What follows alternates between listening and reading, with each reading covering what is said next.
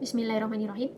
Assalamualaikum warahmatullahi wabarakatuh. Kembali lagi di video saya. Kali ini kita akan membahas masih dengan soal SIM PKB, yaitu PGSD Matematika Pembelajaran 2 sepertinya ya. Kita mulai dari soal pertama. Yang belum subscribe silahkan subscribe, masih saya tunggu. Dan yang masih ada pertanyaan-pertanyaan silahkan tulis di kolom komentar, oke?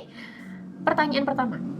Dari barisan bilangan berikut ini, yang memuat bilangan tidak senilai adalah disebut dengan bilangan tidak senilai jika dia itu ketika disamakan menjadi sebuah pecahan itu beda gitu.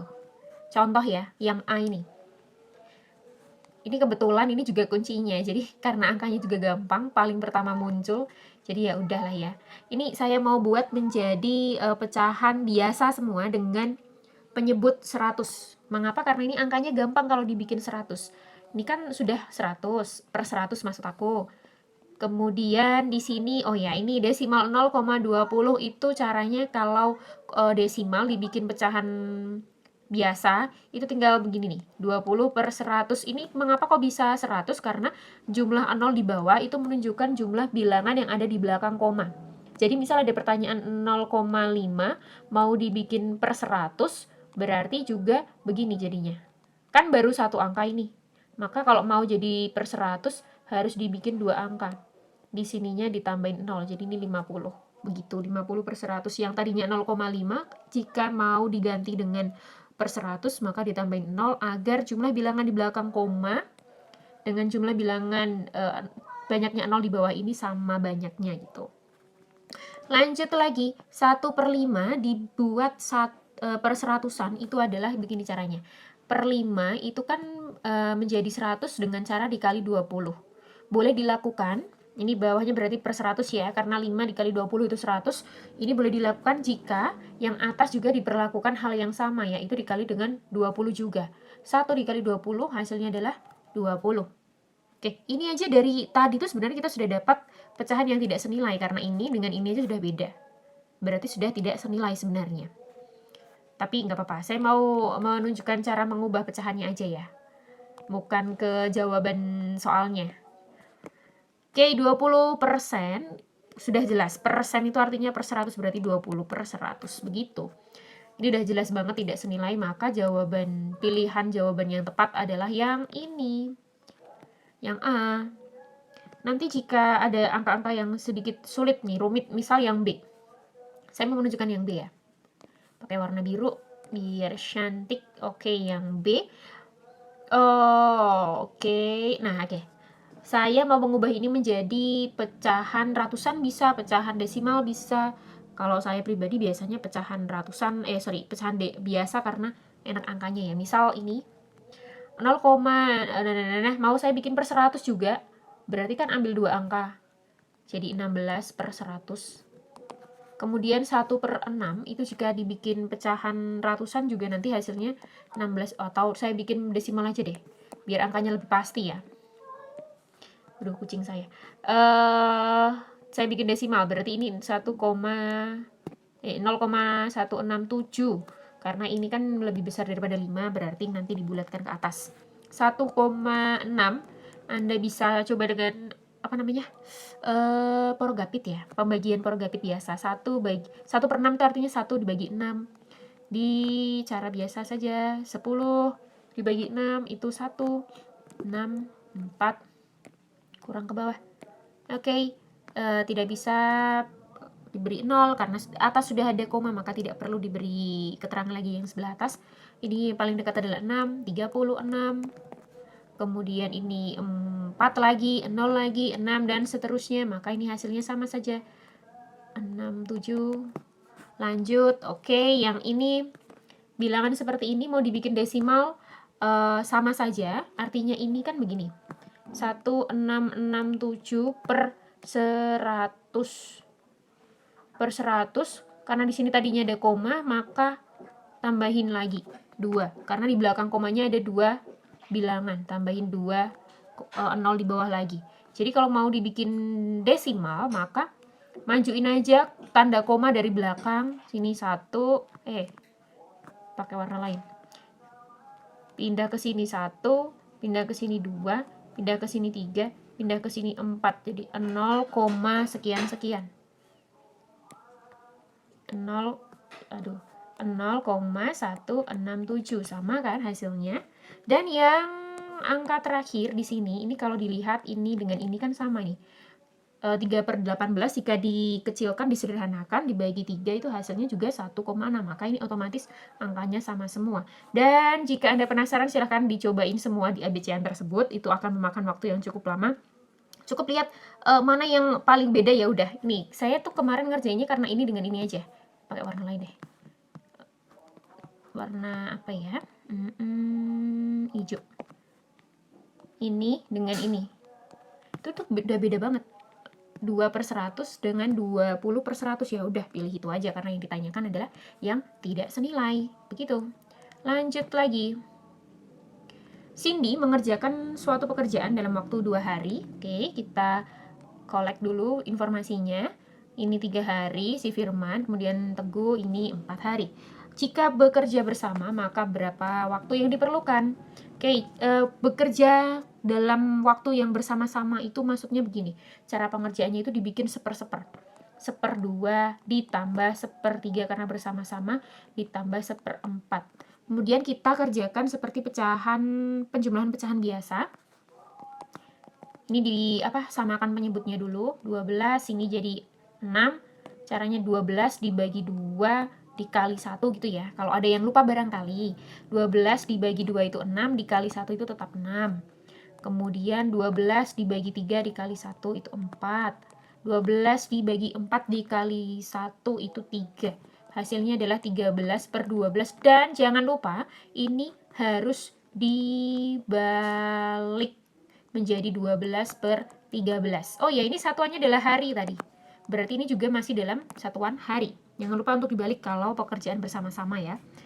Lanjut lagi, ini belum selesai karena di pilihan ganda tidak ada pecahan dalam satuan hari, adanya jam dan menit, maka kita harus mengubah satuan hari ini menjadi jam ataupun menit yang ini. Caranya bagaimana? Dalam satu hari ada 24 jam, maka keterangan ini harus kita kalikan dengan 24 jam. Agar nanti hasilnya berupa jam. Ini saya pakai hitung ini ya, Progapit. 12 dikali 24 dulu, 12 dikali 24 dulu dikerjakan. 24 kali 12 itu 8, 4.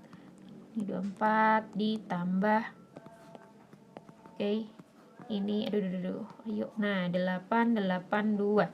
Ini 288/13 jam. Saya mau ubah dia menjadi, ini kan pecahan biasa, mau saya ubah menjadi pecahan pecahan campuran.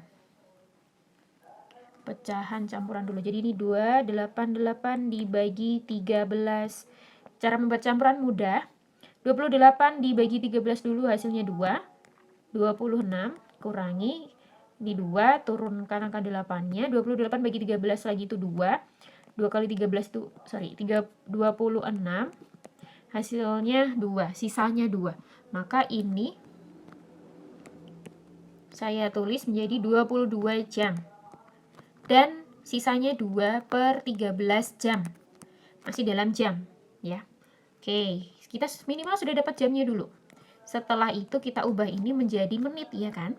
Caranya dalam 1 jam itu ada 60 menit. Ini sebenarnya caranya tidak sepanjang ini jika Anda sudah paham dengan kalau mau mengubah jam hari menjadi jam bagaimana, jam menjadi menit bagaimana ya. Tapi ini karena saya ingin lebih detail saja dalam penjelasannya.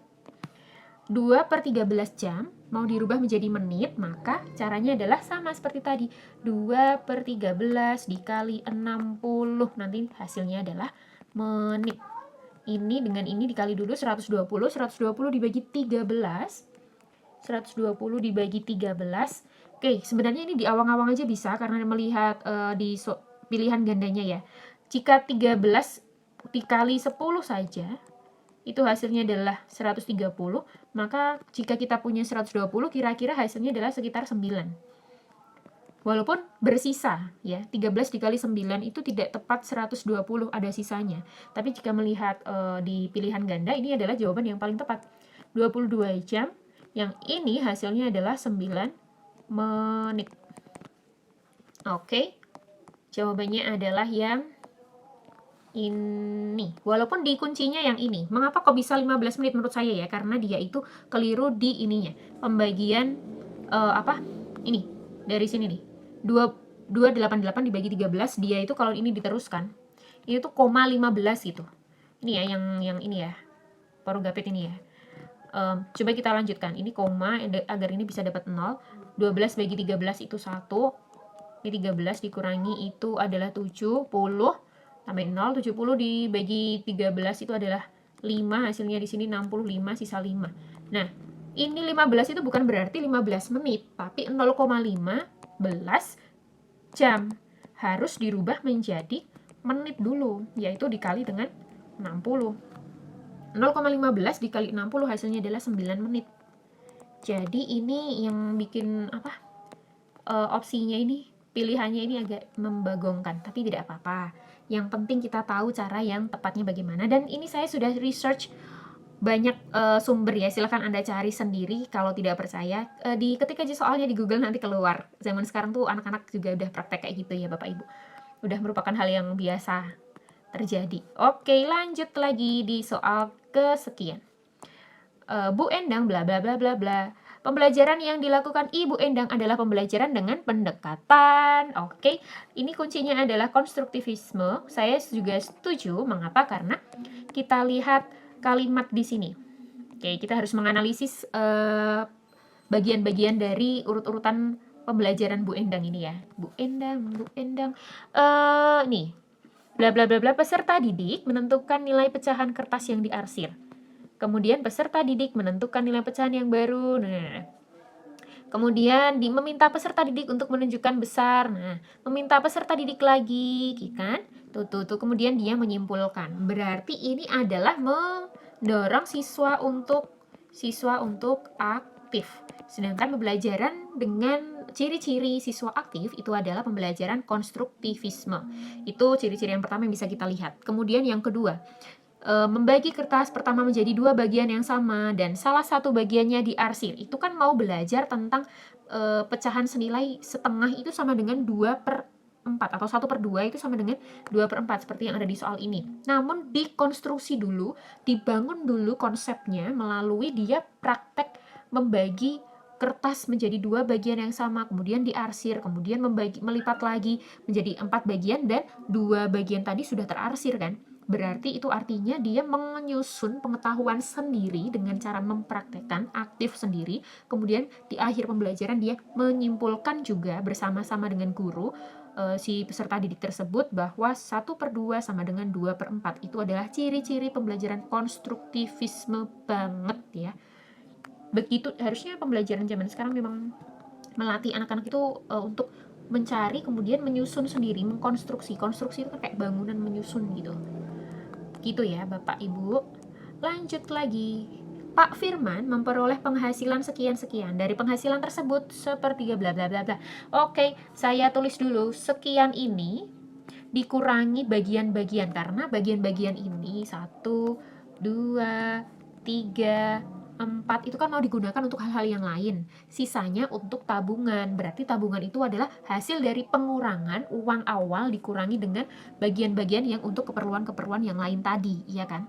Berarti cara menuliskan secara matematisnya adalah karena ini kalimatnya adalah bagian berupa pecahan, ini pecahan biasa, ini pecahan persen kembali, dan pecahan desimal, maka penulisan matematikanya bukan uang ini yang kita tulis, tapi uang masih pertama, masih utuh, itu kita tulis dengan bagian itu 1.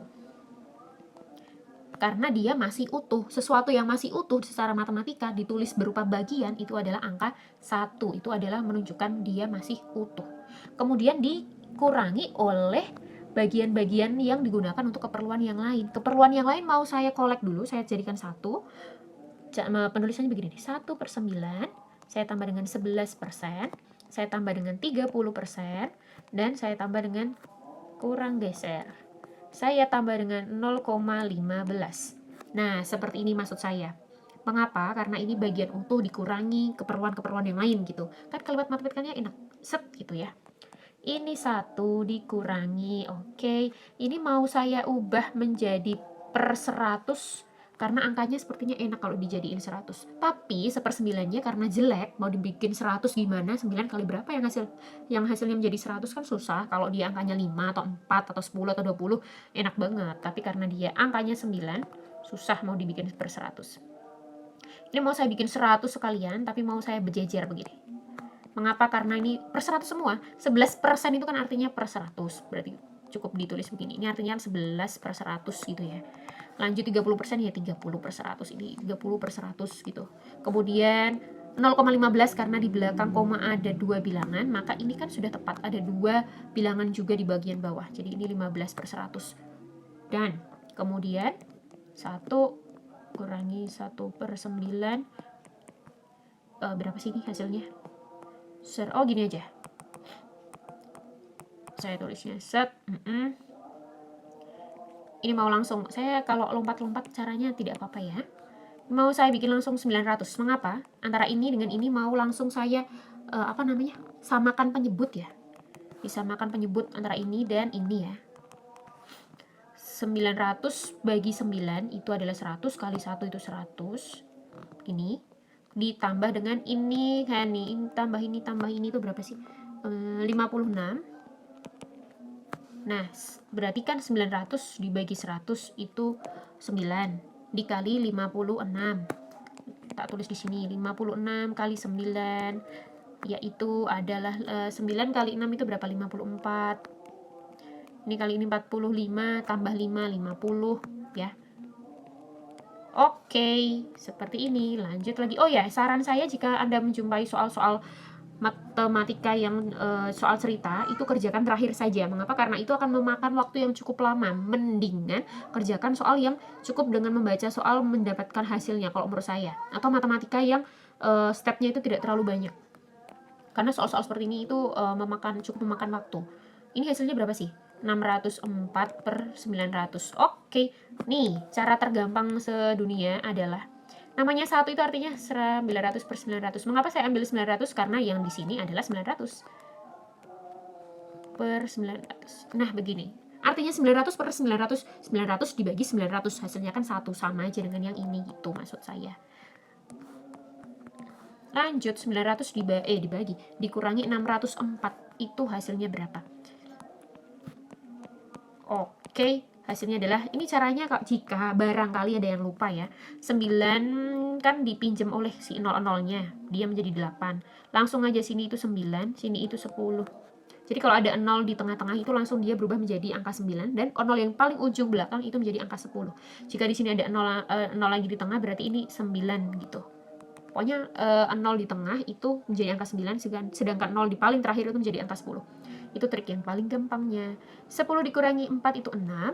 Ini itu 9, 8 ini itu 2. Berarti 296 per 900 bagian dari uang yang tadi.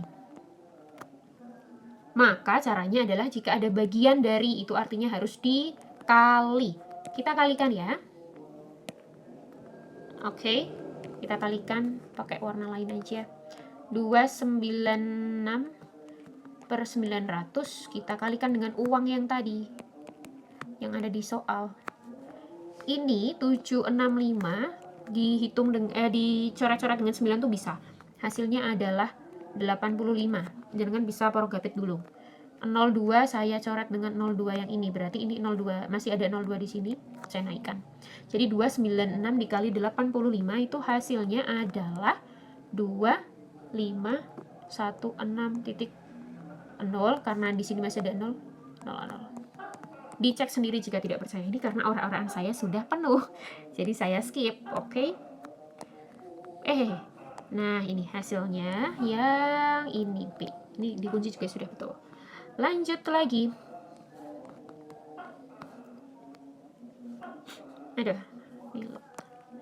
Ibu memiliki 1/3 bagian kue. Oke, nah ini saya suka yang soal seperti ini nih. Ibu memiliki 1/3 bagian kue. Kue tersebut dibagi secara adil untuk Evan, Rizky, dan Iqmal. Coba saya gambarkan, ini ada kue. Kemudian, ibu kan hanya memiliki 1/3. Berarti mau saya gambar tak bagi menjadi 3 bagian. Nah, ini punya ibu yang segini aja ya. Ini adalah 1/3. Itu punya ibu itu cuman 1/3 aja, bukan yang 1 loh yang utuh 1/3. Nah, 1/3 ini mau dibagikan oleh ketiga anaknya secara adil. Berarti masing-masing anak kan mendapatkan ini 1/3 yang dibagi dengan 3 anak, iya kan? Nah, kita cari dulu aja, nggak apa-apa. 1/3 dibagi 3 itu artinya sama saja dengan dikali 1/3. 3 ini kan artinya 1/1. Ketika ada tanda pembagian, kemudian belakang ada pecahan, itu berarti berubah menjadi perkalian dan pecahannya harus dibalik gitu. Ini hasilnya adalah 1/9. Bagian untuk masing-masing anak, ini per anak. Jadi dia mau makan mau enggak pokoknya dapatnya ya 1/9 gitu. Nah, di sini ada situasi lagi, Evan itu hanya memakan setengah bagian dan sisa milik Evan itu diberikan kepada Ikmal. Yang ditanyakan adalah berapa bagian yang diterima oleh Ikmal. Oke, Ikmal tadi sudah dapat 1/9 untuk jatahnya dia sendiri dan mendapat setengah bagian dari milik si Evan. Berarti cara menuliskannya secara matematisnya seperti ini. Oke, saya mau pakai warna hijau. Ini milik si Ikmal sekalian ya. Ikmal itu kan dia dapat 1/9 jatahnya sendiri. Ini jatahnya sendiri. Kemudian ditambah lagi dengan setengah dari bagiannya si Evan. Setengah dari itu kan tanda perkalian. Jadi ini miliknya sendiri, kita hitung dulu. Bagian setengah dari si milik si Evan ini. Setengah dari 1/9 karena Evan juga mendapatkan 1/9. Setengahnya adalah secara matematis pecahan biasa itu gampang kalau perkalian. Ini kali ini kali ini. 1 kali 1 itu 1, 2 dikali 9 itu adalah 18. Seperti ini. Oke, aduh nggak cukup. Kemudian tinggal kita jumlahkan. Saya pindah ke sini ya. Tinggal kita jumlahkan, disamakan penyebut karena kalau penjumlahan dan pengurangan itu harus disamakan penyebut. Ini menjadi 18.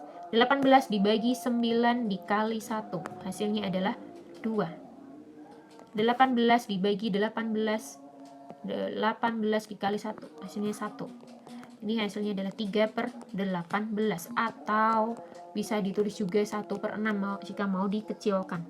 Ini masalahnya di kunci SIM PKB berbeda, tapi tidak apa-apa. Yang penting kita tahu jawabannya yang mana ya. Yang ini. Oke, lanjut lagi.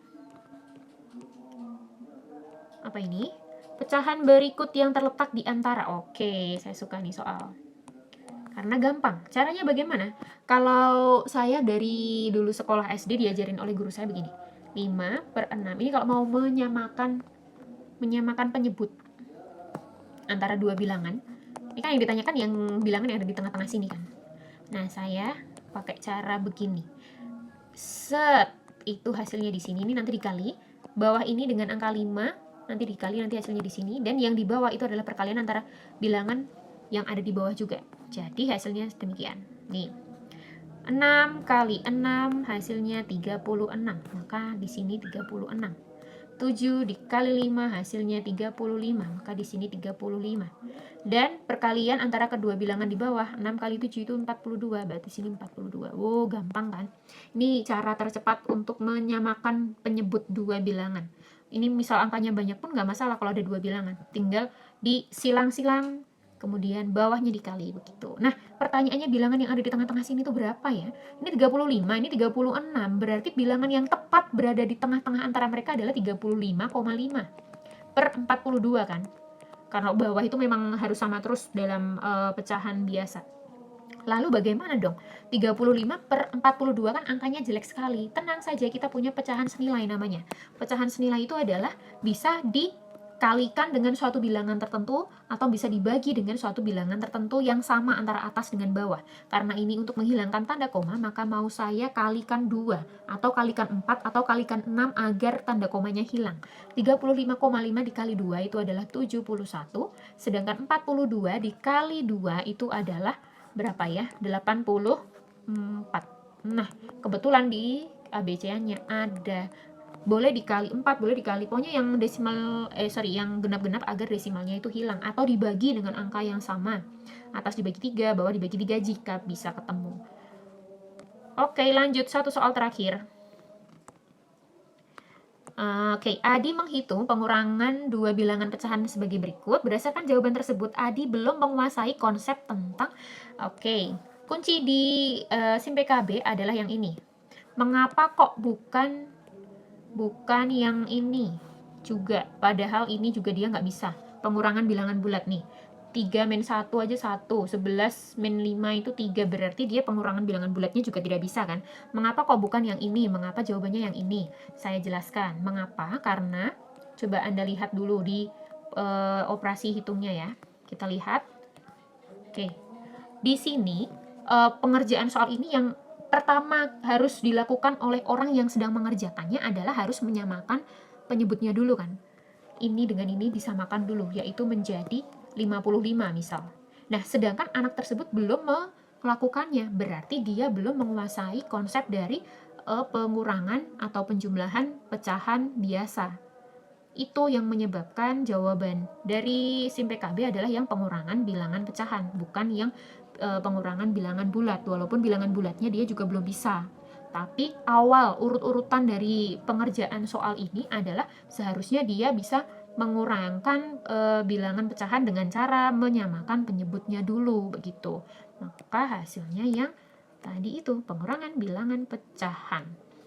Demikian penjelasan dari saya. Semoga penjelasan dan pembahasan kali ini bermanfaat untuk kalian semua. Mohon maaf jika ada kesalahan. Jangan lupa klik like, subscribe, serta komen pada kolom komentar jika ada pertanyaan, jika ada request, jika ada saran, silahkan.